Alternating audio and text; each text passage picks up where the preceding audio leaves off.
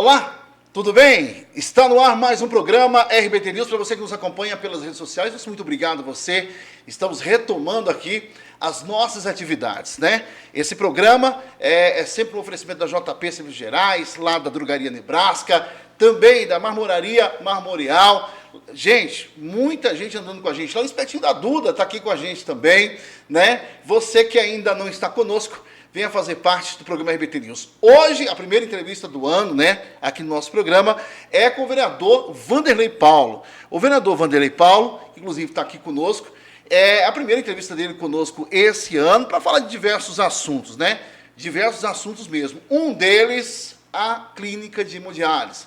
Vamos falar desse assunto. Vamos falar também do governo Lula. Vamos. Olha, gente, se o pau quebrar entre o Vanderlei Paulo aqui, vocês fiquem tranquilos, porque é normal já. Eu já estou acostumado com ele está acostumado comigo. Vamos tocar aqui em alguns assuntos polêmicos também, porque ninguém merece assistir um programa ruim também, né? Muito bem, quero dar meu boa noite, meu bom dia para o Vanderlei Paulo. Vanderlei Paulo, estamos fazendo esse programa à noite, mas vai ser retransmitido durante o dia, né?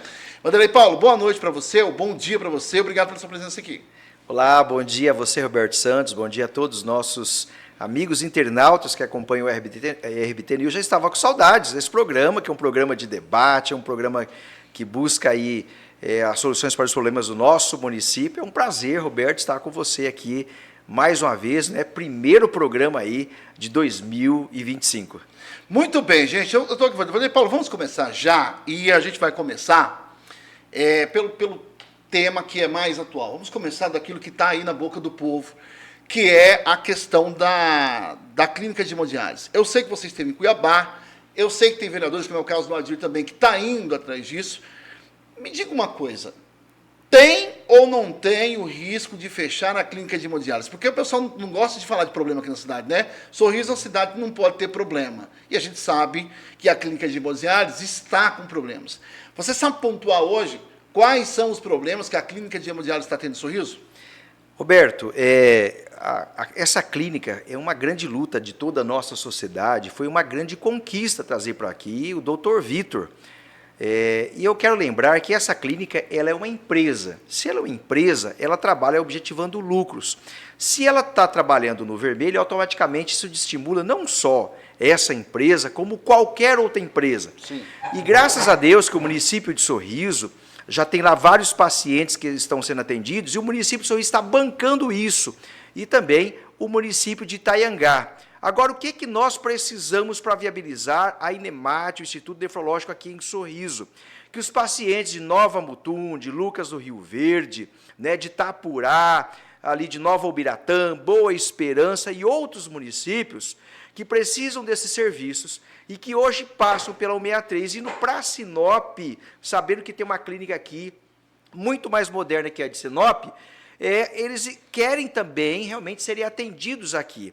Então, a gente precisa fazer com que haja esse atendimento, porque quando essa clínica veio para Sorriso, ela tinha essa dimensão de atender toda essa região e que até esse momento não está acontecendo. Claro, ela está trabalhando no vermelho, o município de Sorriso, claro, não vai deixar até mesmo, segundo o Acácio, que ela vai embora, por mais que ela esteja no vermelho, mas vai ficar uma condição insustentável se nos próximos dias ou meses a gente não viabilizar o credenciamento para que o governo de Mato Grosso, através da Secretaria de Estado de Saúde, faça realmente a sua contrapartida e também, posteriormente, o próprio Ministério da Saúde, que tem recursos específicos para isso. Agora, o que está acontecendo? Conversei, sim, com o secretário de Estado de Saúde, Gilberto Figueiredo, juntamente com o deputado Paulo Araújo, estava o Wilson Santos, estava Lúdio Cabral, já havia falado com o doutor João, e todos estão cientes dessa problemática aqui de Sorriso. É claro que realmente você ter o aval da Vigilância Sanitária do Estado, você tem que estar totalmente redondo, porque é alta complexidade, nós estamos falando de vidas. Um erro aí na água utilizada, você pode perder vidas, você pode complicar a saúde de alguém. Então, o rigor é muito forte. E, de fato, tem algumas questões ali que precisaram, seja estrutural, de prédio, ser adequadas, mas isso o município de Sorriso já organizou, já fez, e estamos aguardando aí agora um breve retorno da vigilância sanitária para que definitivamente possa dar o laudo, permitindo que o próprio governo de Mato Grosso já credencie e comece a repassar os recursos para a clínica. O que a gente reclama aqui para o secretário, e reclamei foi pessoalmente para o secretário, é que às vezes a vigilância sanitária do Estado ela vem num conta-gotas. Ele vem, fala um ponto aqui. Aí passa 15 dias, ele dá o pronto, ele vem e fala, olha, mas tem aquele outro ponto. Aí tem aquele outro ponto. E vai matando, às vezes, as pessoas, na ansiedade, na angústia, sendo que tem que resolver o problema. Eu falei, secretário, então tem que pedir para esse pessoal ir lá e já vai e aponta tudo que tem que ser feito e vamos resolver o problema. Porque não é justo que uma região inteirinha, com mais de 50 pacientes que querem ser atendidos aqui no município de Sorriso, fique sofrendo, passando na frente da melhor clínica de hemodiálise, se não for do Centro-Oeste, mas uma das melhores, e tendo que ir lá em Sinop para ser atendido. Agora, Vanderlei, é o seguinte, muito se falou sobre a clínica de hemodiálise, mas nos bastidores fala-se que talvez o maior problema seja a questão do credenciamento. E o credenciamento no Ministério da Saúde. Me diga uma coisa, como é que está isso? Porque me parece que tinha um problema também ali em Sinop, que uma pessoa estaria travando esse processo para o credenciamento do Ministério da Saúde. Você está acompanhando essa situação? Olha, nós estamos acompanhando essa situação, isso é preocupante, que de fato, segundo aí informações, a mesma que você tem, quem detém a clínica de hemodiálise em Sinop, é detentor também de um grande grupo, né, ou participa de um grande grupo que trabalha na área de saúde, e claro, ele não quer perder o seu quinhão. Esta é a grande verdade. Agora, o que acontece? A gente tem que realmente deixar essas pessoas para trás, analisar o que a lei determina e, em cima da lei, exigir aquilo que é nosso. O Ministério da Saúde, por exemplo, quem tem que passar essas informações para o Ministério da Saúde? É a Secretaria de Estado de Saúde do nosso Estado.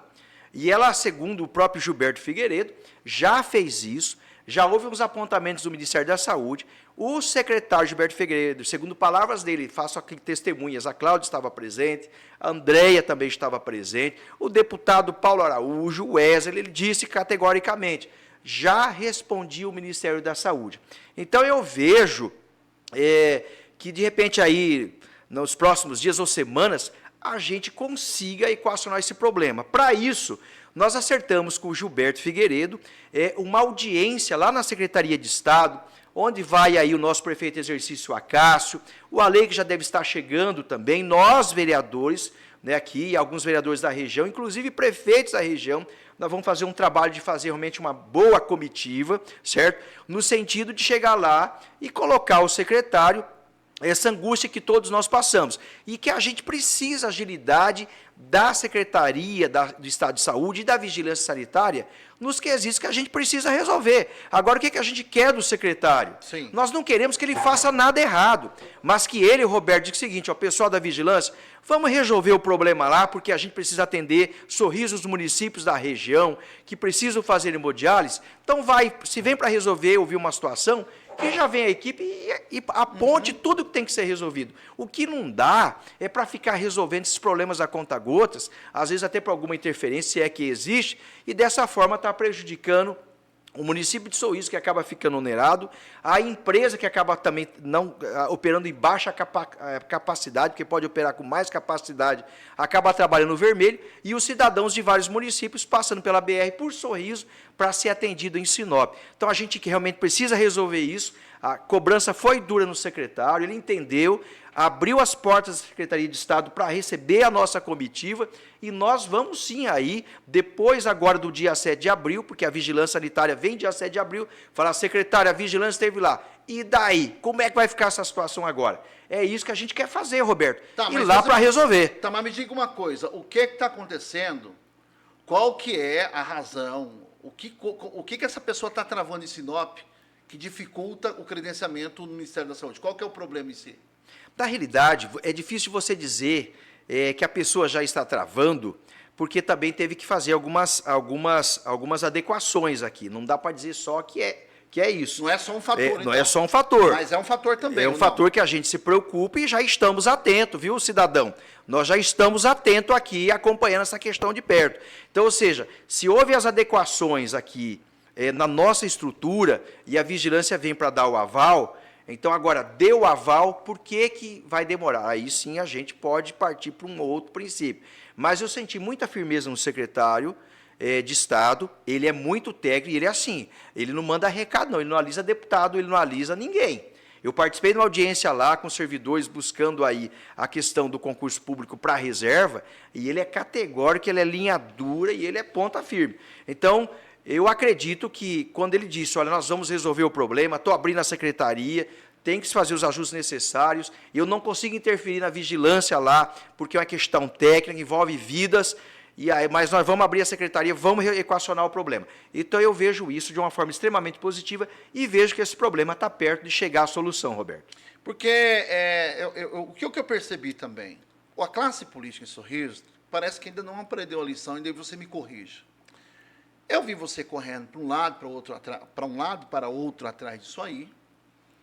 Alguns vereadores chegaram também a procurar, porém não sabiam do problema do credenciamento.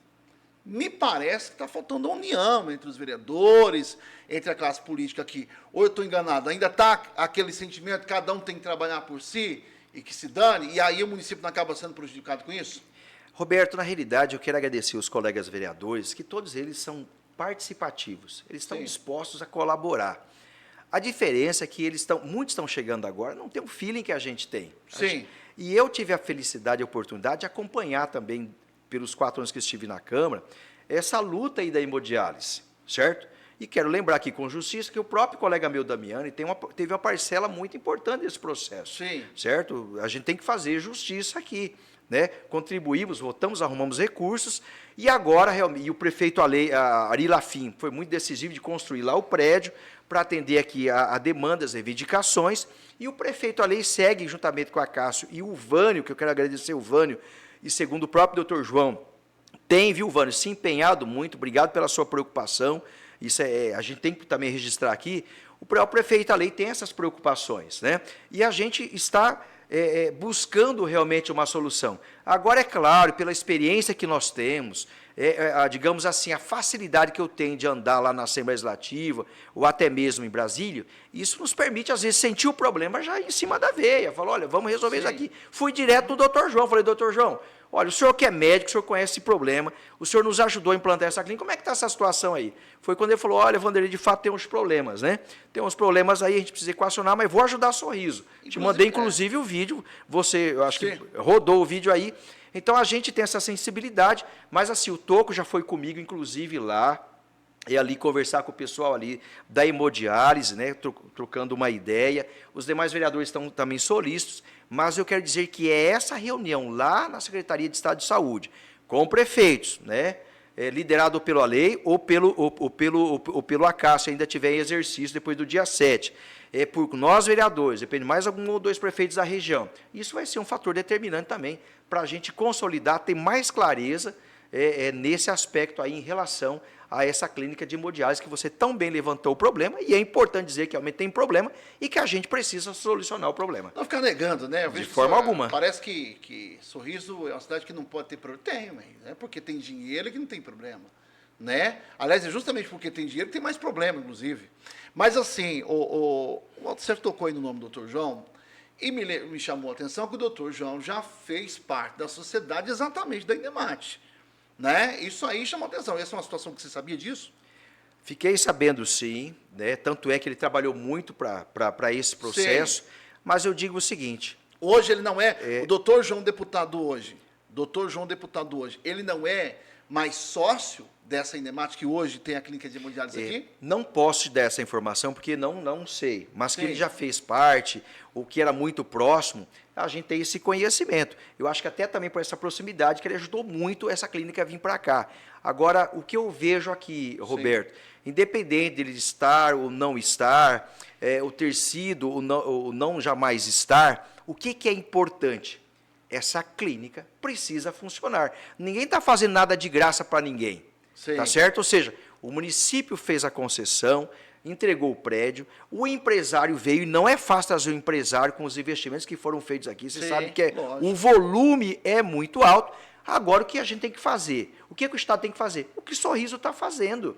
Já assumindo os compromissos, honrando os compromissos, e a gente precisa logo desse credenciamento, porque é com o credenciamento do Estado que eu também consigo viabilizar o credenciamento federal. As coisas são praticamente interligadas. E essa solução, Roberto, com toda a sinceridade e respeito às pessoas que estão lá em tratamento e os que poderão vir, e a região, que a gente tem cobrado isso com veemência, com determinação e sem medo de esconder nada. Você sabe a nossa personalidade. Sim. E a gente, dentro dessa questão, que a gente parte para cima da resolução, conhecendo os problemas, mostrando ao secretário, cobrando, né, no sentido de que a clínica possa funcionar plenamente para atender os nossos cidadãos. Agora vamos lá, Vanderlei Paulo. Tem um assunto que é uma dor de cabeça toda vez, que é a verba indenizatória. E a verba indenizatória foi colocado o projeto no começo desse ano, tiraram, foi uma lambança, tiraram do site, depois colocaram no site de novo. Aí surgiu uma emenda, teve vereador que tirou o nome da emenda depois que foi publicado pela imprensa. Qual que é a sua opinião sobre a verba indenizatória? Você acha que o aumento que teve o ano passado para esse ano é suficiente para os vereadores ou é necessário o aumento da verba indenizatória? Roberto, a gente tem que entender para que é utilizada a verba indenizatória e como que ela funciona. Ela é um percentual naturalmente atrelado, certo? Ao subsídio do vereador, que você sabe que estava entre 8 a 10 anos sem correção. É por isso que dá esse susto. Poxa, olha o tanto que foi corrigido. Mas tem que entender que ficou 8 a 10 anos sem correção, certo? Então, se você for pegar as correções lá anuais, 4%, 5%, aquele negócio todo, e você faz aquele cálculo lá de matemática financeira, você faz a correção, como se corrige a taxa Selic. A taxa Selic lá está 14%, mas quando você pega anual lá, quase chega a 120%, quando você toma um empréstimo lá do banco. Então, tem a questão de matemática financeira que a gente também precisa entender. Então, ou seja, houve essa correção realmente de salários, de subsídio, e essa regra da AVI, ela já é também, de certa forma, atrelada ao próprio subsídio. Então, é a correção que ela é permitida em lei, ela é legal, certo? E para que você utiliza ela?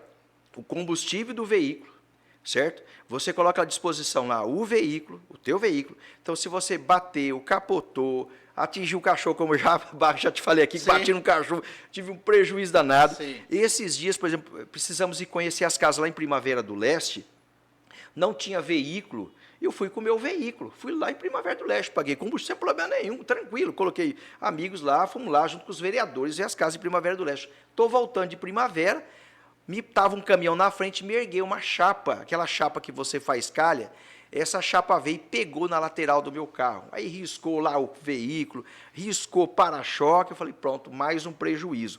Então, assim, no dia a dia, esse recurso da VI é para essas despesas e mais todo o teu material de expediente dentro da Câmara, papel, caneta, o que você precisar ali, tinta para o computador, tudo isso é bancado com esse processo, tá certo? Então, assim... a verba indenizatória hoje parece que está em R$6.000, né? Com o aumento ela ia para 9 mil. Ela está em 5.900, dentro da correção, 6 mil, dentro da correção ela iria realmente para 9. Para 9 mil. 9 mil reais mais os 16.500 do subsídio, então nós teríamos aí algo em torno de um salário total, todo o subsídio do vereador, quase 25 mil reais. Aí você... 25 mil. Na verdade, 25 mil reais. 25.500. Você acha que, além disso, nós temos que levar em conta o seguinte, Vanderlei Paulo. E aí, nós já discutimos isso outras vezes. Fala-se novamente em aumentar o número de vereadores. Agora começou novamente e fala-se em construir a nova casa. Você, eu sei que sempre foi a favor do aumento de vereadores. Mas você também é a favor de gastar aí 20 milhões, construir um novo prédio para a Câmara? Você é adepto dessa ideia? O que você fala sobre isso? Roberto, se nós olharmos as condições da nossa Câmara Municipal, você conhece muito bem, até porque você é um dos repórteres mais presentes nas atividades do Poder Legislativo de Sorriso, sempre está conosco. O prédio, de fato, está deplorável, um prédio que não condiz mais com a realidade do município de Sorriso, certo? É inegável que nós vamos realmente precisar de uma nova estrutura. Aí você fala, mas por que você fala que precisa de uma nova estrutura? Porque eu não sou adepto de aluguel, a não ser que seja, como eu vejo no poder público, no executivo, que você tem muitos serviços Se for realmente até construir esses prédios, demora, e aí você, às vezes, para resolver alguns problemas, você precisa realmente tomar uma posição rápida. Agora, o Poder Executivo de Sorriso, ele começou a ser construído na Silvério, quando era vereador ainda, finalizou lá em 2005, mas começou lá em 2002, 2003, se eu não me engano. Sim. Conheço desde quando abriu o primeiro buraco para colocar sapato. E que sapato que foi colocado ali, aquele prédio não cai. Sim. Foi muito bem feito, certo? Mas hoje, ao menos, nós temos vários problemas lá de filtração, telhado, e ficou pequeno, de fato, pela estrutura de Sorriso, a estrutura que nós temos. Então, assim, mais cedo ou mais tarde, nós vamos realmente ter que fazer um prédio novo para o Poder Executivo de Sorriso. Isso de fato. A princípio, eu tinha até sugerido nós herdarmos até a própria prefeitura, que está ali do lado, né, que está pronto, mas pelo que eu percebi, vai demorar muito para a lei ali terminar o novo prédio da prefeitura. Sim. Certo? E há uma vontade, desde ainda a época do Damiani, do Iago, de fazer um novo edifício. Eu entendo que se entender e querer iniciar, eu não tenho nenhuma objeção. Porque nós temos o subsídio próprio, nós devolvemos recursos todo ano na ordem de 5, 6, 7 milhões, a gente deixa de gastar, economiza e devolve ao Poder Executivo. Então, nós já vamos alugar uma sala que é em torno de 10, 12 mil reais por mês, para realmente acomodar a estrutura da Câmara. Já temos uma parte alugada. Sim. Então, ou seja, se é para estar aumentando, fazendo puxadinho lá na Câmara, certo? Então, chega na hora mesmo que, em vez de você estar gastando dinheiro com aluguéis, está na hora da gente realmente pensar aí num prédio novo para a Câmara. Pode ser modular, pode, mas que a gente possa ir construindo para atender até realmente aí, digamos, o crescimento de Sorriso e as necessidades do nosso Poder Legislativo. Mas vamos falar de prioridade, porque assim, Vanderlei, você é um ferrenho defensor de hospital municipal, de maternidade municipal e tal.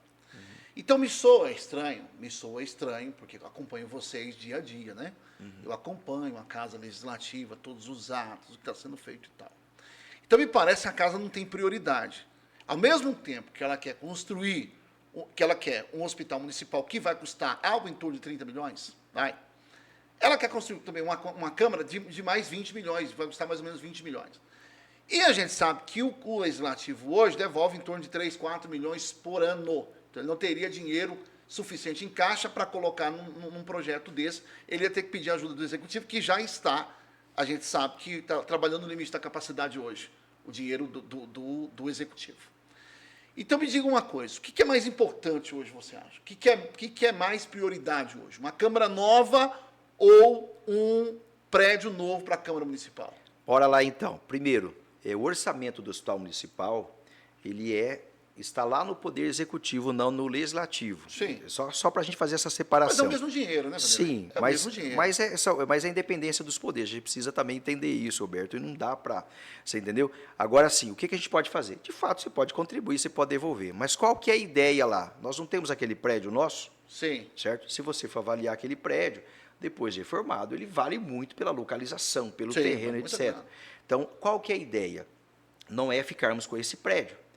A partir do momento que nós vamos fazer uma Câmara nova, esse patrimônio, que é o prédio do Poder Legislativo, ou a gente leiloa, é uma opção, para você ter recursos para fazer a Câmara nova. Então, ou seja, eu já estou partindo do princípio que eu estou usando um patrimônio que nós já temos, que é valioso ali. Ou então, como o Poder Executivo tem muitos serviços, precisa toda hora estar buscando novas salas, novas estruturas, e pagando aluguéis, fala, prefeito, olha, está aqui esse prédio, vamos avaliar o valor, o senhor pode colocar aqui muitos serviços do Poder Executivo aqui dentro, deixa de pagar aluguel, quanto é que vale o prédio? Então, nós vamos iniciar a Câmara e o que vale esse prédio, o senhor também pode nos repassar. Então, Roberto, o que está se discutindo ali entre os vereadores, não é assim, não, eu pego 20 milhões, certo? Faço uma Câmara nova, fico com esse prédio, não é isso. A gente vai usar a estrutura que nós já temos do patrimônio do Poder Legislativo, que inclusive é aquele espaço, e você sabe que é uma área grande, que é muito valiosa ali. Vale alguns milhões de reais. Vários milhões de reais. Então, nós vamos pegar os recursos provenientes dessa estrutura e vamos transformar ela numa grande parte da nova estrutura. E aí, sim, a gente vai finalizando a Câmara nova, mas com muita inteligência, com muita sabedoria, aproveitando o patrimônio que nós já temos. Mas legalmente isso é possível? É possível, claro, possível não. Isso? Você está falando com alguém que tem aqui muito tempo de casa, né? O que eu falo para você com toda tranquilidade que é possível. Eu posso avaliar esse patrimônio e passar para o Poder Executivo, e ele então executa muitos serviços ali que é Mas o Executivo compraria esse espaço? Pode. É isso? A gente faz exatamente. Tem legalidade para o Executivo lá comprar esse espaço da Câmara? Tem, porque a gente faz o alinhamento. Olha, eu devolvo. Quanto é que é a avaliação? Você pega lá 3, 4 avaliações. Olha, lá vale 8 milhões ali, vamos supor, a gente vai fazer uma suposição. Olha, vale 8 milhões, prefeito. 8 milhões, estamos devolvendo para o senhor, vamos fazer aqui um alinhamento, vamos usar aqui o nosso do Odesp, o senhor dá uma parte esse ano, dá uma parte do ano que vem, uma parte no outro, e a gente fecha, o senhor fica com esse patrimônio. Então, só aí, Roberto, eu tiro um grande valor em percentual do novo prédio, certo? Então, é dessa forma que a gente trabalhar. O Hospital Municipal é uma prioridade. A gente tem uma prioridade. E vou dizer uma coisa para você. A partir do momento que tiver essa definição, digamos assim, o projeto pronto, vamos fazer o hospital e maternidade. Você se lembra que eu fiz uma audiência pública lá. Sim. Vou fazer de novo, inclusive, porque eu entendo que é prioridade, certo? Você esteve lá, vai estar novamente, e a gente busca soluções. A gente consegue buscar não só o recurso do município de Sorriso para o hospital, mas recurso também federal. O Jaime esteve lá na inauguração do Hospital de Ubiratã, já deixou 1 milhão, falou, tem mais 1 milhão aqui para vocês, tá certo? O governo do estado de Mato Grosso deu uma parte lá também. Então, como o governo de Mato Grosso quer que a gente também assuma a nossa maternidade e que a gente tenha o nosso hospital municipal, o governo de Mato Grosso pode dar uma contrapartida. Eu estava no Show Safra, sabe quanto o governador Mauro Mendes deu para a PAI de Lucas do Rio Verde, que eu vou conversar aqui com a Marnês, nós vamos buscar esse recurso também para Sorriso? Ele deu 5 milhões de reais para a PAI de Lucas do Rio Verde. Ora, se eu dou 5 milhões de reais para a PAI de Lucas do Rio Verde, eu também, então, eu entendo que a gente pode ganhar 5 milhões de reais para a PAI de Sorriso. Se ele deu 5 milhões de reais para a PAI de Lucas do Rio Verde, ele pode dar até 10 milhões para o nosso hospital municipal, que é de interesse dele também. Tá, agora vamos lá. Ok, quanto você já tem esse levantamento, ou a Câmara tem esse levantamento, para dizer o seguinte, beleza, o hospital, só para construir e colocar a estrutura no hospital, a gente sabe que é algo perto de 30 milhões de reais. A estrutura para manter funcionando, me parece, segundo as conversas que eu tive com os especialistas, algo em torno de 10 milhões para manter um hospital desse mês. 10 milhões mês para funcionar. Nós temos condições de manter um hospital desse funcionando com toda a estrutura, sem ficar defasado depois. Depois o vereador não vai ter que estar indo lá fazer vídeo para poder funcionar. Temos condições hoje, de fato, de manter um hospital e maternidade, ou teríamos que priorizar um hospital, ou priorizar ou temos hospital ou temos uma maternidade? Como é que está esse estudo? Bom, eu continuo defendendo, Roberto, da mesma forma que antes. Sim. O hospital, na maternidade, porque maternidade você sabe que não é doença, é um privilégio, é uma virtude. Sim. O parto acompanhado normal, ou então, de repente, ali com um obstetra, tranquilo. A média e alta complexidade num parto, ele não ficaria conosco. Ele vai para o hospital regional. Certo. Certo? Essa que é a linha. O que a gente faria no hospital? O hospital nosso, municipal, ele é baixa complexidade. A não ser que vai dar esse volume se a gente querer se meter aí de que faria cirurgias que não são nossa responsabilidade. Agora, por que nós vamos fazer baixa complexidade? Baixa complexidade, o senhor está lá, de repente, com uma hérnia. Tira uma hérnia lá, tira a verruga, cortou o braço, tem que dar ponto. Beleza. Então, são esses serviços mais básicos, tá certo? Que o hospital municipal faz. Agora, nada impede ele também de avançar, de repente, para uma média complexidade. Certo. Uma média complexidade, de repente eu estou lá, tem um ortopedista, o cara quebrou o braço, ele coloca no lugar, beleza. Engessou, está resolvido o problema. Uma média complexidade, de repente, eu vou tirar lá um cisto no útero, meu homem, é média complexidade. Agora, aí começa a alta complexidade. Hemodiálise é alta complexidade. Você fazer uma neurocirurgia, alta complexidade. Você fazer aí, de repente, vascular, alta complexidade. Jamais a gente tem que entrar nesse caminho. Isso é para governo do Estado. Dito isso, não vai virar, dito isso, e aí você chegou onde eu queria. Dito isso, não vai virar esse hospital municipal, e me parece que os gestores anteriores não colocaram o hospital municipal entendendo a complexidade disso. Não vai virar um postão de saúde?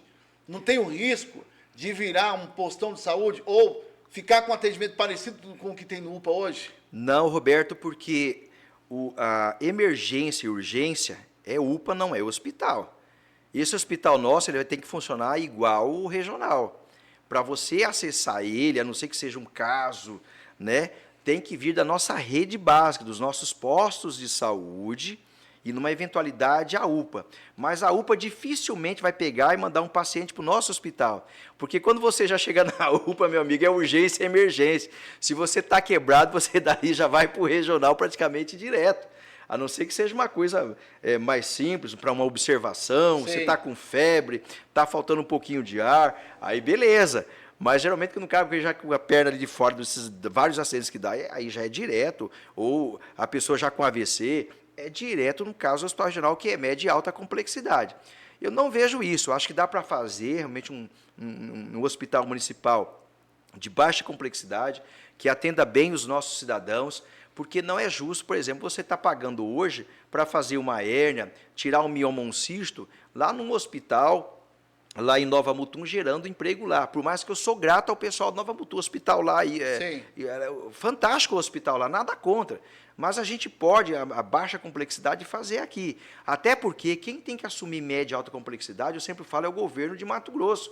O governo de Mato Grosso tem que parar de ficar escorado os municípios, certo? Ele tem caixa, tem dinheiro, mas o município sozinho, ano passado, gastou 15 milhões de reais com cirurgias eletivas, Roberto, que era de competência do governo de Mato Grosso, não era nosso. Você está me entendendo? 15 milhões de reais. Aí você fala, mas Vanderlei, é só isso? Não, nós somos penalizados 2 vezes. Mas qual é a outra penalização? Eu ainda faço parte do consórcio Vale Telespires, que eu também coloco recursos lá para ajudar o bom andamento do hospital regional, que eu acho que é legal isso. Mas eu tenho que entender que é realmente uma parceria dos municípios para ajudar o governo de Mato Grosso, que tem muito dinheiro, faz muita obra de infraestrutura, está fazendo muitos hospitais, mas eu acho que tinha que aumentar aí realmente as cirurgias eletivas na rede privada, comprar mais serviços a preço justo, senão ninguém quer fazer também. Certo? Não dá para só falar que vai fazer, faz um barulho, aí nem o hospital particular quer fazer, que às vezes o valor é muito baixo, e o nosso cidadão continua sofrendo, apanhando. Não dá, né? Não dá. Então, assim, eu sou fã do hospital regional, estou desde a inauguração, em 1991, com Zé Domingos, com Jaime Campos, certo? Conheci todos os primeiros funcionários do Hospital Regional de Sorriso, faz um trabalho fantástico pelas estruturas que tem.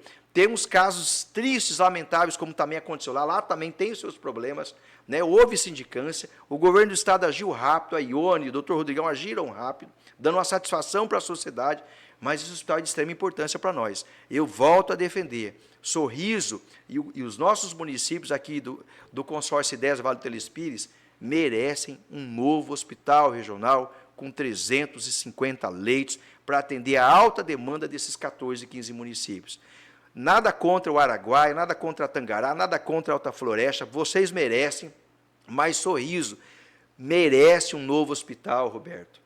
Até porque, quando foi inaugurado em 1991, nós tínhamos em torno aqui de 16 mil habitantes e 80 leitos, 80, 90 leitos.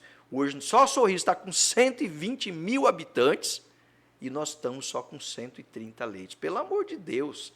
Não vai, né? Não vai, Roberto. Isso nos deixa triste, né? Bom, gente, olha, estou hoje com uma entrevista aqui com o vereador Vanderlei Paula, a primeira entrevista de 2025, tá? Cortes dessa entrevista você vai acompanhar aí pelas nossas redes sociais. Deixa eu faturar um pouquinho aqui, deixa eu falar lá do espetinho da Duda, gente. Espetinho da Duda é bom demais, você sabe, você que vai lá na Avenida Brasil, bem ali na frente do novo cartório, ali, meu amigo, espetinho da Duda é bom demais, é maravilhoso. Dá uma passadinha lá, experimenta, tem espetinho, tem peixinho, meu amigo, e está cada dia mais deliciosa a comida lá, né? Vá lá no espetinho da Duda. Deixa eu falar também, não posso deixar de falar lá da Drogaria Nebraska. A Drogaria Nebraska, você sabe, são 3 farmácias aqui em Sorriso, agora inaugurou, né, mais uma lá na Zona Leste, atendendo toda aquela região ali.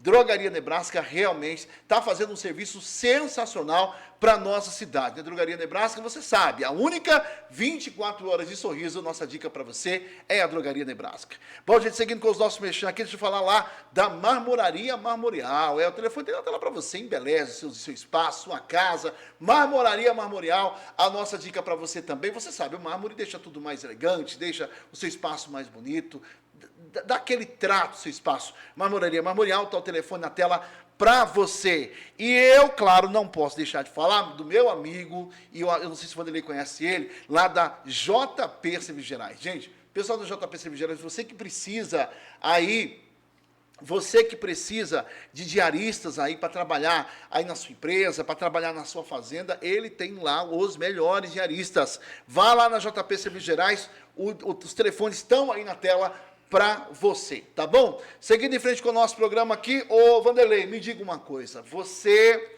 está acompanhando a situação do governo Lula?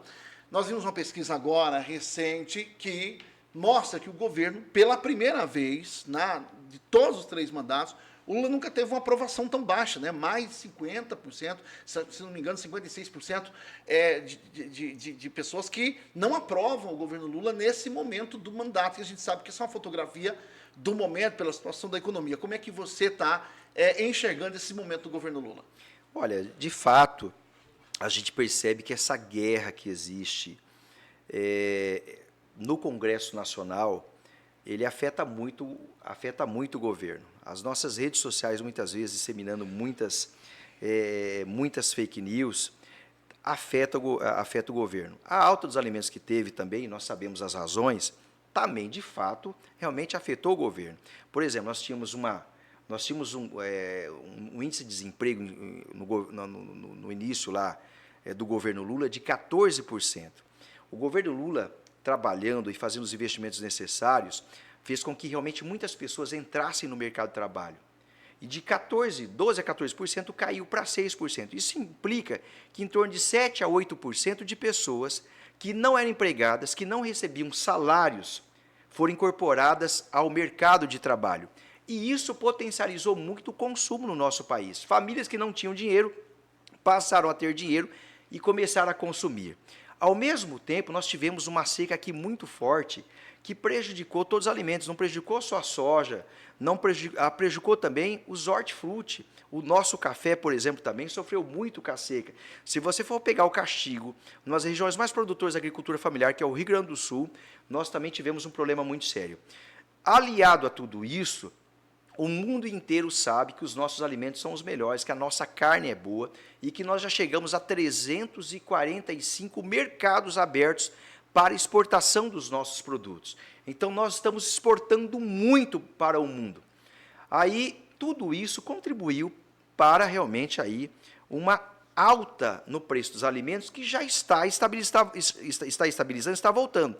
Se você for perceber, a carne deu um pico, você vai lá hoje no mercado, já voltou realmente aí. Uma costela a 22, 23 reais, né? O colchão mole, que foi quase a 60, já voltou a 38, 39. Então a carne já voltou a patamares bastante razoáveis.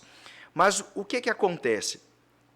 O governo federal, ele tem acertado muito. Ele não só incrementou essa questão da redução do desemprego, que Sorriso mesmo você procura mão de obra, você não acha. Você pode ver o tanto de oferta de emprego que tem em Sorriso, que tem Lucas, que tem Mutum. Você vai em Brasília, está bombando. Eu estive no Rio de Janeiro, está bombando. Você vai lá em Santa Catarina, está bombando. Então, ou seja, a economia está andando. Mas na região do agro, em especial a nossa região, a gente parece que não sente isso, Roberto. Mas tem um fator que eu queria que você falasse também, Vanderlei, e até porque você não nega, você é um defensor do atual governo, você aprecia, né, o governo Lula. Tem uma coisa que está chamando a minha atenção, que é o seguinte, por exemplo, o Lula parece que não quer reduzir gastos do governo, né? A gente tem acompanhado de forma direta, e principalmente a esposa dele, mesmo sem cargo, está viajando agora o mundo, sem ele, fazendo um trabalho como se fizesse parte dos ministérios. Ela não faz parte dos ministérios. Então a gente percebe também que não há o governo não está dando um sinal de que vai reduzir, por exemplo, o custo da máquina, que é o que traz o maior impacto hoje para a economia. O governo gasta muito, né? A máquina custa muito ao governo. O que você acha? Por que o Lula, de repente, mesmo com a baixa aprovação, não reduz os custos do governo, quando isso seria extremamente necessário, sinalizar isso para o mercado, essa coisa toda? O Lula não reduz, primeiro, porque vai atingir, em especial, as pessoas mais humildes desse país. Você tirar um Bolsa Família não tem condição. Você deixar de fazer investimentos em educação, como a escola que nós conquistamos agora, uma escola de 13 salas de aula em período integral, 13 milhões de reais para Sorriso, vai sair lá no Monte Líbano, e fiquei feliz porque fui no Ministério da Educação e a gente também pleiteou, até pedido da Lúcia, a gente também tinha feito essa indicação como vereador para que aderisse ao programa da escola integral. Então o Lula não vai deixar de fazer isso, ele vai continuar fazendo escola. Mas já vou chegar, peraí. Tá, então veja bem, o Lula não vai deixar, por exemplo, como fez o governo passado, 5, 6 milhões na fila do INSS que não se atendia. Ou seja, represou um monte de gente do LOAS lá, represou um monte de gente que está no INSS, e quem estava lá na fila há 2, 3 anos atrás sabe o que eu estou falando. Ficava sofrendo, não tinha gente, ficava um ano esperando. O governo passado represou. E o governo federal do presidente Lula, porque estive lá também no Ministério da Previdência, falou, não, nós vamos atender. Então nós absorvemos milhões de pessoas que estavam nessa fila de espera e estamos pagando agora com dignidade essas pessoas que trabalharam, que se acidentaram. Embora tenha muita malandragem no processo, que a Polícia Federal tem que continuar investigando.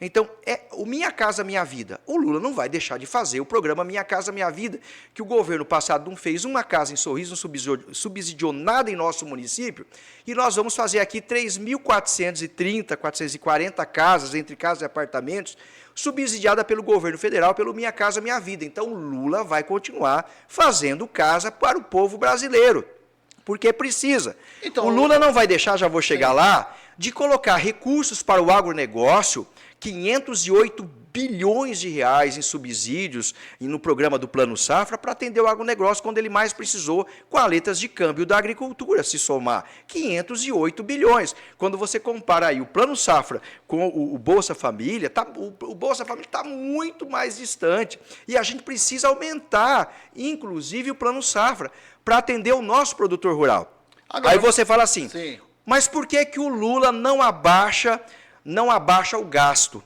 O Lula quer abaixar o gasto. Agora, vocês sabiam que o Congresso não deixa? Aí você fala assim, mas como é isso, Vanderlei? O Lula faz hora que está querendo baixar os gastos. Por exemplo, o PERSE, que é um programa para bares, eventos e restaurantes, foi colocado lá na pandemia. E o que aconteceu? O Congresso não deixou lá atrás terminar o PERSE. Aí votaram prorrogar por mais 2 anos, tá certo?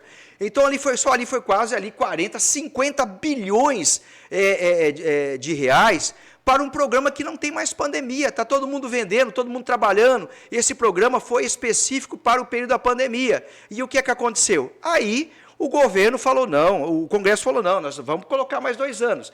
Então, isso afetou muito. Tem a reoneração da folha também, certo? Que isso pega as grandes empresas, inclusive as multinacionais, que tem um grande lobby lá no Congresso Nacional. Essa reoneração da folha não é para pegar pequena empresa, microempresa, você está me entendendo? Quem está no Simples. São essas grandes empresas que patrocinam os senadores e deputados federais que estão lá no Congresso.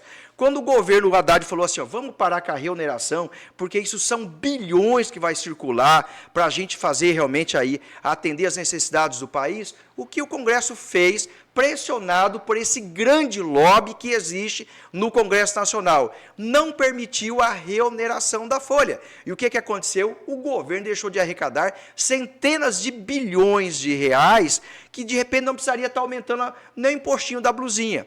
Vamos lá, então. O governo federal entende, sabe, o Roberto e eu sabemos, que quem paga mais imposto nesse país é o pobre, é a pessoa mais humilde. Porque o rico, que ganha muito dinheiro, ele cria lá, digamos assim, uma empresa, um CNPJ, ele cria lá uma holding e ele consegue escapar do imposto de renda, sendo que o professor, o mecânico, o trabalhador não consegue. O imposto de renda ele ganha lá na carteira, vai lá e pega ele. Então, o que é que acontece? O governo propôs, olha, quem ganha acima de 10 milhões de reais, anota aí, Roberto, quem ganha acima de 10 milhões de reais vai pagar um pouco mais de imposto, para que a gente possa, então, isentar o imposto de renda até 5 mil reais do trabalhador, do professor, do mecânico, do pedreiro, do Roberto Santos, que é trabalhador também, que não é um mega empresário, tá? A gente também não é. Então, o que acontece? Há essa proposta, aí por essa briga de poder lá no Congresso Nacional, o pessoal quase não aprova. Você está me entendendo? Então, se a gente for considerar só isso, nossa, a gente já estaria diminuindo muito a nossa despesa. Agora eu vou te falar mais um subsídio importante. Vocês sabiam que o governo federal subsidia as indústrias de armas nesse país? Que na reforma tributária, eles iam pagar um pouquinho mais de imposto. O que é mais importante diminuir? O imposto da comida da cesta básica ou das armas? O que a bancada da bala fez lá no Congresso Nacional? Pegou e aumentou o subsídio para a indústria das armas. Ou seja, a partir do momento que eu aumento esse incentivo fiscal para a indústria das armas, automaticamente o governo federal deixa de arrecadar. E o governo federal fala, não, nós vamos também cobrar aqui das armas, né? Não é tão necessário. E quem compra arma, minha gente, é rico. Quem que vai comprar fuzil, metralhadora, quem vai comprar um revólver bonito 38 aí não é pobre não, que o pobre trabalha para comer e beber. Então essa indústria teria que pagar até mais imposto. E o que acontece?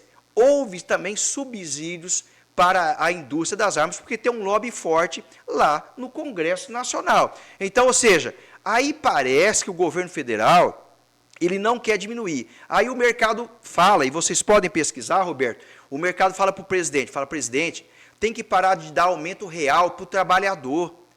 Porque o que acontece? Você aumenta aí a massa salarial, acontece dois problemas. A gente tem que ficar procurando empregado para trabalhar para nós. Querem praticamente pagar mixaria para o trabalhador, os grandes empresários desse país. Está errado. Está errado. Tem que pagar para o trabalhador salário justo, salário digno. Por isso que o salário mínimo teve aumento real depois de vários anos. Aí vem o mercado financeiro e fala assim, presidente, se você continuar pagando o salário com aumento real aí todo ano, o que acontece? O pobre vai comer mais, vai comprar mais carne, vai aquecer o consumo, vai dar inflação. E dando inflação, nós que estamos aqui na Faria Lima, prejudica os nossos negócios, porque a Bolsa de Valores oscila. Então, ou seja, querem que o governo federal, Roberto, diminua gastos, mas em cima das pessoas mais humildes desse país. Aí fala, não, mas é porque tem ministério. Nada. O ministério é 30 mil reais, 37 mil reais, dentro do volume que eu acabei de mencionar, que pouca coisa altera, dentro do volume. Mas, Vanderlei, tá certo? Mas nós temos Vocês estão me entendendo? Vamos lá, você falou bastante, agora vamos lá. Não, vamos lá, Roberto. Então, assim, primeiro ponto. Vamos lá. Fazer o contraponto agora. Não, pode fazer o contraponto. Só um minutinho. Deixa eu só fechar o raciocínio, você pode falar. Tudo que eu falei aqui para você, item por item que eu falei aqui para você. Eu quero que você dá um Google aí, que você pesquise e fale assim, não, Vanderlei, você está errado ou você mentiu aqui. Todos os pontos que eu falei, PERSE, reoneração de folha, a questão das armas, os lobbies que existem das grandes empresas nesse país, que ganham muito já. Então, assim, tudo que eu citei para você que o governo quis baixar, você pode depois falar assim, mas tem que pesquisar e falar assim, não, Vanderlei, está errado nisso. Eu estou falando com você com toda tranquilidade, porque eu estudo muito isso. Tá. Né? Mas vamos lá, então. Vamos lá. Agora, ok, eu acho lindo demais. Real, viu, gente? Não é legal, é real. Eu acho lindo demais quando você fala assim, mas tá. Nós não podemos parar com os benefícios sociais. Tudo bem, eu entendo perfeitamente isso aí. Como o Bolsonaro também não cortou benefício social, não se corta. Agora, quando você fala, deu subsídio para o agronegócio. Ele não deu dinheiro para o negócio, o dinheiro volta para o governo. Então, sim, e volta em geração de emprego, volta na própria produção. Quer dizer, também não é... A gente não pode ficar parecendo assim, que o governo está sendo maravilhoso com o setor empresarial, né? E que isso não volta para o governo. Isso aí volta para o governo. Volta. Outra coisa. Deixa eu só pontuar. Você falou agora. Só pontuar o agronegócio, eu falei que tem que aumentar. Não, peraí, isso é importante. Aqui nós Sim. vamos no. Eu falei que tem que aumentar para o agronegócio. Pode pegar a minha fala aqui. Para o agronegócio, eu defendo o agronegócio, faço parte dessa cadeia. Sim. Vamos lá. Eu falei que tem que aumentar realmente para o agronegócio, porque volta. O problema que eu citei para você foram outros aspectos que você está entendendo que Sim. não voltam. Então, mas veja bem, a percepção do público em relação ao Lula, 56% da população desaprova o governo. Se tudo está maravilhoso, como você está falando, por que o governo vive a pior aprovação da história? O Lula, não, veja bem, quando o Lula saiu do último mandato dele, ele saiu com uma das maiores aprovações da história. E ninguém pode negar isso. No terceiro mandato dele, que é o Lula 3, ele vive a maior desaprovação da história. E detalhe, a estratégia do governo de sair taxando tudo, igual ele saiu fazendo aí, taxando tudo, não está dando certo. É verdade. Você concorda que não está dando certo? O Trump está no mesmo caminho, viu, pessoal? O Trump acabou de taxar as blusinhas chinesas lá. Tá certo, tem que cobrar sim. Como é que eu vou gerar emprego na China? O Lula aí tá certo. Agora, o que acontece? Qual o imposto que o Lula aumentou? Foi o da cesta básica? Não, ele procurou zerar. É o governo de Mato Grosso tem que fazer a parte dele aqui agora. O governo federal fez a parte dele. Então, é isso que eu estou querendo dizer com muita franqueza aqui. Sim. E quem discordar pode vir também conversar comigo, além do Roberto, tá certo? Mas tudo que eu pontuei aqui. Agora, vamos lá, um ponto importante. Por que parece que tem a desaprovação? Parece não, tem a desaprovação. A falha do próprio governo Lula. Ruim de comunicação. Por que o Padilha saiu de lá? Porque as ações no Brasil são fantásticas. Vou dar um exemplo aqui de Sorriso. O governo Lula está colocando 104 milhões de reais no investimento no nosso aeroporto. A Infraero está no vermelho, certo? Aí todo mundo fala assim, não, mas tem que cortar esses gastos da Infraero. Tem que gastar na Infraero. Vamos fazer um aeroporto bom para Sorriso. Tem que fazer um aeroporto maravilhoso aqui para nós, porque isso vai proporcionar o nosso desenvolvimento. 104 milhões para o aeroporto de Sorriso. Aí o governo federal põe 13 milhões para o nosso viaduto aqui, que vai ligar o Mário Reit e a Zona Leste ao centro de Sorriso. Tem que colocar 13 milhões. Mas está dando gasto. Gasta. Vamos melhorar a vida da população. Mas não é gasto, é investimento. Aí, viu? Mas isso é diferente. Não, senhor. Veja bem, gasto. Vou te falar para você. Isso quando eu falo é dinheiro do governo federal. Você é investidor.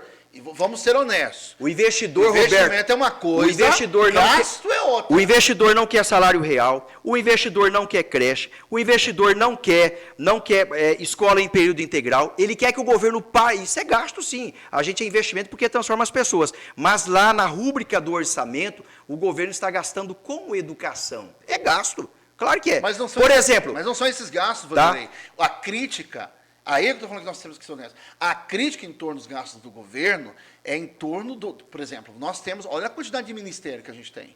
Para começo de conversa, a máquina custa caro ao bolso do trabalhador. E nós temos um governo que não tem nenhum... Não sinaliza em nenhum momento de que vai reduzir o custo da máquina, por exemplo, e você sabe melhor do que eu, que é onde está o maior gasto do governo, que é...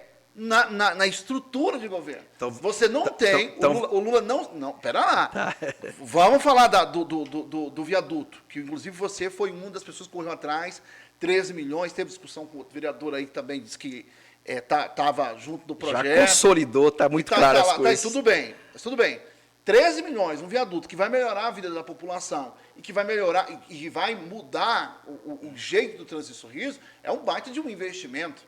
É diferente. O que eu estou falando aqui são daqueles gastos que não necessariamente traz retorno no final. Então, dá um exemplo. É disso que eu estou falando. Então, vamos dar um exemplo do Ministério. Vou pegar o Ministério Criado da Mulher, certo? Olha como, às vezes, existe miopia na sociedade, Roberto, e a gente precisa olhar com clareza. Vou pegar o Ministério da Mulher. O Ministério da Mulher, por exemplo, hoje, Sorriso é líder no feminicídio. As mulheres que mais são mortas no estado é em Sorriso. As mulheres que mais apanham aqui no Mato Grosso é em Sorriso. Agora, vocês imaginam isso no Brasil. O que o Lula fez? Criou o Ministério da Mulher para cuidar exclusivamente de você, mulher. Você que precisa dos cuidados, de atenção, de você que precisa ser ponderada. Vamos lá, então. O governo federal criou o Ministério agora das Pequenas Empresas e MEIs e Microempreendedores Individuais. Você sabe quantos milhões de MEIs nós já temos aqui no Brasil? São milhões de pessoas inovando, participando, gerando emprego, gerando renda através dos MEIs. Se você for pegar as microempresas da mesma forma, você sabia, por exemplo, que Sorriso é um exemplo, quando nós criamos o Banco do Empreendedor, emprestando recurso para quem faz aí a costureira, para o cachorro-quente, para a mulher que revende a roupa, e que agora o governo federal também está entrando nessa seara para apoiar isso através do Ministério do Microempreendedor. Olha que legal. Vou te dar um outro exemplo aqui, muito importante. O Ministério dos Direitos Humanos. Todo mundo critica o Ministério, os direitos humanos. Mas agora está todo mundo clamando os direitos humanos. Ontem, aqueles que criticavam os direitos humanos, estão invocando os direitos humanos agora, lá na Organização dos Estados Americanos, inclusive na ONU. E o Brasil é um dos maiores defensores, inclusive, da questão dos direitos humanos. Direito humano não é defender aquilo que pratica o erro. A justiça está aí e tem que ser aplicada. Vou dar mais um outro exemplo aí para você, o Ministério dos Esportes. O esporte salva vidas. O esporte pega as nossas crianças lá na base, precisa investir nas nossas crianças, porque se a criança está praticando esporte, ela pode estar indo no caminho das drogas, se perdendo. Então, o esporte nesse país, nós somos um país do esporte, tem que ter o Ministério do Esporte, para cuidar bem, mandar recursos para Sorriso, ajudar o nosso município. Vou te falar também o Ministério da Cultura. Gente, depois que criou-se o Ministério da Cultura, só o Salles Fernandes, ele conseguiu pela lei ali, se não me engano, a lei Rouanet, um volume fantástico para a produção dele. O Salles Fernandes, que é de Sorriso. Sim. A nossa cultura de Sorriso foi injetada R$1,5 milhão de reais. Agora eu vou dizer uma coisa que é fantástico, porque vocês não sabem. Sabe quanto entra por mês aqui na economia de Sorriso? Você que vai no supermercado, você que vai comprar o perfume, você que vai ali na padaria, só pelo Bolsa Família e pelo LOAS, passa mais de R$10 milhões de recursos federais pelo Bolsa Família entrando aqui no município de Sorriso. Vou te dar um outro exemplo prático que a gente avançou em gasto com o Ministério da Saúde. O Luiz Fábio brigava para ter agentes aqui de saúde, já contei essa história para você. Fazia 8, 10 anos que não vinha um agente comunitário de saúde. Falou, Vanderlei, fiz o cadastro lá, tem que nos ajudar lá no Ministério. Falei com o Manelzinho, falei com o Neri. Sabe quantos agentes de saúde vieram para Sorriso? 75 agentes de saúde ganhando 2 salários por mês. São 150 salários mínimos, só com essas 75, que equivale a mais de R$2 milhões circulando na nossa economia e nós geramos 75 empregos. Ah, mas aumentou o gasto. Mas nós estamos cuidando de pessoas. Agora sim, cita para mim o ministério que está errado. Você está entendendo? Eu não acho que você está me entendendo? Eu não acho que você está me entendendo? Errado. Agora, não vamos deixar de falar também que o Lula é extremamente contra o MEI. Ele é contra. O microempreendedor individual? O microempreendedor individual, ele não gosta dessa modalidade. Ele fala mal dessa modalidade. Quem criou o MEI, Luiz? Fala para mim quem criou o MEI. Não sei quem criou o MEI. Você não sabe? Não. Então vou lá. Mas o Lula, se nós puxarmos aqui agora... Isso é narrativa. Se nós puxarmos aqui agora, tem diversos vídeos do Lula falando que MEI não é empresário. Sim, vamos lá então. Que MEI tinha que trabalhar de carteira assinada. Quando nós sabemos que o MEI... está empregando gente. Vamos lá, então. Primeiro, gente, o Roberto Santos não sabe, muitos de vocês não sabem, quem criou o microempreendedor individual foi o presidente Lula. Olha que bacana, né? O presidente Lula que criou o microempreendedor individual, certo? Com todas essas características, essa vantagem, você paga lá R$60, R$70 e você acaba até mesmo se aposentando. Agora, o que não pode... E o presidente Lula tem razão, são de empresas aí, empresas riquíssimas, que forçam o cidadão a criar um MEI para fugir da regra do CLT. Tem muita empresa aí na área de saúde, na área de prestação de trabalho, certo, Roberto? Sim. Inclusive, vou falar aqui, inclusive em Sorriso tem isso, que o enfermeiro tem que abrir o MEI, certo? Para fugir da regra do CLT. Ele tem que criar uma empresa para ele, certo? Para fazer com que empresários ganhem mais dinheiro. Aí você pega o Uber, a mesma coisa. Você pega os app andando de moto aí, se matando, se quebrando tudo, certo? A mesma coisa, é bem claro isso. Eu participei da primeira reunião do Ministério do Trabalho com o Rogério Marinho, discutindo essa questão. O Lula, ele estimula o microempreendedor individual. Agora, ele não aceita é que empresas aí fiquem forçando professores, enfermeiros, técnicos em enfermagem e tantas outras profissões abrirem MEI para que essas empresas escapem de pagar 13º, deixem de pagar férias, inclusive quando essas pessoas ficam doentes. Isso não pode, minha gente. O Lula é contra isso. Então, ele está em defesa do trabalhador, ele está em defesa daquele que às vezes é obrigado a abrir um MEI e que se priva daquilo que é mais importante, que é a dignidade do trabalho e o resguardo da previdência social e um salário justo. Isso o Lula é contra, eu também sou contra, certo? A gente tem que mudar essas regras. Agora, o MEI, que ali... Quem vende o cachorro-quente, o espetinho, a coxinha, que faz a roupa, a costureira, o Lula não só permitiu tudo isso e estimula isso e quer que isso continue a crescer, mas como também as regras foram importantes para isso. Agora a gente tem que entender o discurso do Lula nesse sentido. Sim. E o discurso que você está... E você está correto quando você pontua isso, Roberto. Eu só quero trazer no contexto, sim. Foi, Roberto, nesse contexto. E eu vejo que você é jornalista, cristão e, acima de tudo, humano. E eu e você concordamos nessa pauta. Sim. É que, às vezes, a informação, e eu também recebo de informações distorcidas, o Roberto também, às vezes, recebe, e a gente tem muitas informações que, às vezes, não chegam de uma forma correta e acaba levando a gente a uma concepção de pensamento. Mas todas as falas do Lula, tanto é que o Uber, que o Eats, o iFood teve uma briga danada lá no Ministério do Trabalho. Mas foi nesse sentido. Você vai em São Paulo, os motoboys se rebenta, se acidenta.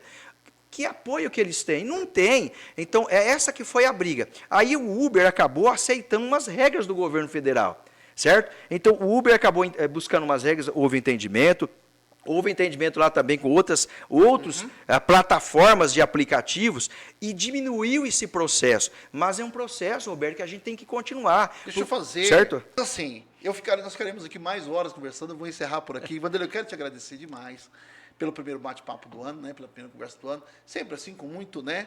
Você é uma pessoa que pensa diferente de mim, nós temos um jeito diferente de ver o mundo, de ver a política, mas você tem um respeito muito grande por todo mundo. E eu acho isso extremamente importante. Esses dias me questionaram na rede social, né? Que é porque eu tenho feito alguns vídeos até para mostrar o meu posicionamento, que eu não tenho um posicionamento de direita e esquerda na mesa. Na mesa eu sou jornalista. Então o cara que senta aqui na frente, eu quero saber se ele é de direita ou de esquerda. Eu vou perguntar algo que é pertinente. Mas quero te agradecer mais uma vez sua presença aqui. Conte com o nosso trabalho esse ano. Claro que não deu para conversar de tudo que a gente gostaria, porque são quase 3 meses já de mandato, mas nada impede de você vir aqui na semana que vem ou outra semana para a gente continuar falando de Sorriso, em temas polêmicos. Não deu para falar sobre o que vem acontecendo na casa nesses primeiros meses, né? Não deu para falar da morte do Gerson, por exemplo, que é uma coisa que a gente acabou não tocando no assunto. É verdade. Mas assim, obrigado pela sua presença aqui. O microfone está aberto para as considerações finais. Vanderlei. Roberto, muito obrigado aí pela presença e assim, a gente ora pelas pessoas que estão lá. Às vezes as pessoas presas, porque Jesus falou assim, olha, tive preso e fosse me ver. Às vezes a aplicação da justiça, a gente às vezes não, até mesmo não concordando, mas ela é necessária para evitar, às vezes, o mal maior, e o objetivo disso é educar, falar, olha, não façam mais isso, que isso está errado. Eu entendo que essa polarização entre esquerda e direita, porque eu sou centro, embora vote no presidente Lula, ela foi muito maléfica para o país. Certo? Existem vários outros bons partidos, boas pessoas também querendo ajudar a construir esse país. Eu entendo que isso é ruim, porque até atrapalha o país de crescer, porque às vezes, ali, atrapalhando o outro, e isso não é bom. Né? E a gente lamenta todo esse episódio, porque teve pessoas sinceras, boas pessoas que achavam que estavam fazendo o que era correto. E foi no oba-oba e acabou realmente sobrando. Né? Acabou sobrando toda essa situação aí. Eu, particularmente, não gostaria. Nos meus grupos, tem um grupo que a metade é Lula, a metade é Bolsonaro, lá o pau pega, a gente brinca e incomoda, mas é tudo zoeira, né? Sim. Depois a gente marca um churrasco. Fica tudo certo. E vai todo mundo comer churrasco, mas no grupo a gente fica provocando um ao outro. Eu acho até que... Bom que se fosse só assim, na brincadeira, na zoeira, mas sem esse lado tão forte, tão negativo, a gente não deseja isso. Como jornalista, eu parei, inclusive, de ficar nesse campo. ai a direita, ai a esquerda. Esse dia eu fiz até um vídeo ali que eu acho que tem malandro e gente sem vergonha em tudo quanto é lado da política. E a gente não pode ficar passando pano. Vanderlei, obrigado, tá? Valeu, meu querido Roberto. Um abraço a vocês, nosso carinho, nosso respeito e sempre trabalhando por sorriso. Independente de quem a gente votou ou apoia, seja no governo federal, estadual ou municipal, o meu compromisso é com o sorriso. Como apoiei o presidente Lula, o meu compromisso é buscar recursos. Viaduto 13 milhões, escola, agente de saúde, PSFs modernos virão para Sorriso, o aeroporto avançando aí, isso é muito importante, duplicação da BR-63 com investimento também do governo federal, com empréstimo do governo federal, uma parceria com o governo de Mato Grosso, vai salvar vidas. Nós fizemos o maior movimento lá em frente da Fiagril e você, Roberto, esteve lá. Sim. E nós provocamos o maior movimento da história de Mato Grosso pela duplicação da 163. Que coisa boa a gente poder contribuir com o desenvolvimento do nosso município. O agronegócio tem o nosso respeito, faço parte. Vamos buscar aumentar mais recursos, porque gera alimento, gera emprego, e é fantástico o que o agro faz por esse país, e a gente reconhece isso. Mas reconheça, acima de tudo, também o trabalhador, o assalariado, aqueles que precisam realmente do apoio social, aquele que precisa do Bolsa Família, aquele do pé de meia que precisa estimular o estudante na escola. Eu sou fã realmente de programas que transformam vidas, que melhorem as vidas, que dão condição das pessoas serem melhor, terem um futuro melhor. Nesse aspecto, Roberto, eu estou junto. E quem tem muito dinheiro, paga um pouquinho mais de imposto, como é proposto pelo governo, que a gente vai ajudar os mais humildes. Muito bem, gente. Encerrando por aqui, então, o primeiro programa RBT News do ano, né? Como eu falei, não deu para falar de tudo que a gente gostaria. O tempo é curto, mas olha, obrigado a todos vocês. Teremos boas entrevistas aqui para vocês, entrevistas profundas, com a oportunidade para os políticos falarem, darem, realmente poderem discorrer sobre o assunto, né? Essa é a característica nossa aqui, tá bom? Fique ligado, a gente volta a qualquer momento e fique ligado aí no nosso Insta, que a qualquer momento, se eu entrar ao vivo, você já sabe. É bomba, bomba, bomba. Um forte abraço.